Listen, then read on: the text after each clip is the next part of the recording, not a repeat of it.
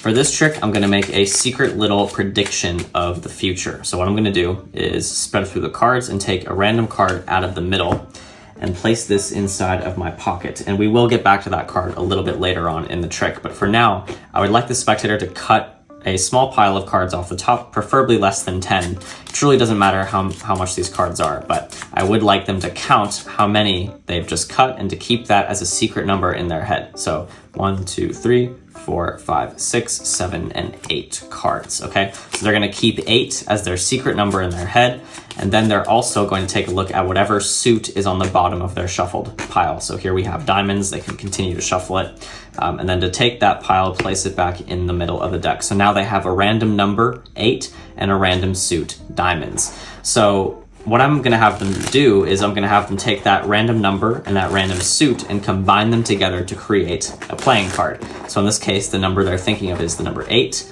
and then the suit they're thinking of is a diamond. But of course, all of this would be in their own head. Me, the magician, I would not know what card they're thinking of. However, I did place a card in my pocket at the very beginning of the trick, and here it is right here. And of course, you can continue shuffling the deck, but I will show you that all of these cards are here. You could have cut any amount of cards, but you cut, 8, and then you looked at any suit. What was the suit? It was a diamond.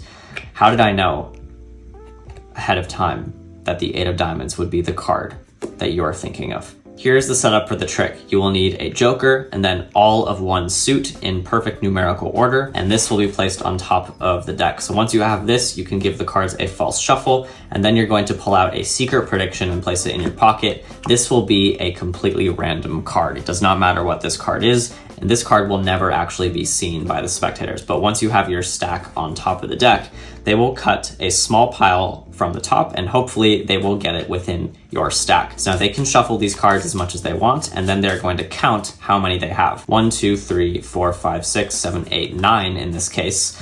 They're going to remember 9, and then they're going to take a look at whatever suit is on the bottom. In this case, it will be forced as a diamond. However, there is a very, very small chance that they could look at the joker, and in that case, they might say something about it. So in that case, just tell them to shuffle it again and then take another look, and then they'll be forced a diamond. But once they're thinking of a number and a diamond, they will take these cards, bury them in the middle, and now the card that they're thinking of will be forced on top of the deck. So at this point, you can continue shuffling the cards to destroy the setup, but just maintain their selection on top at all times. You're simply going to do a one-handed top palm like this before you hand them the deck to shuffle, which you can now place into your pocket and pretend to remove the card that was there earlier, but you're just going to remove the card in your palm.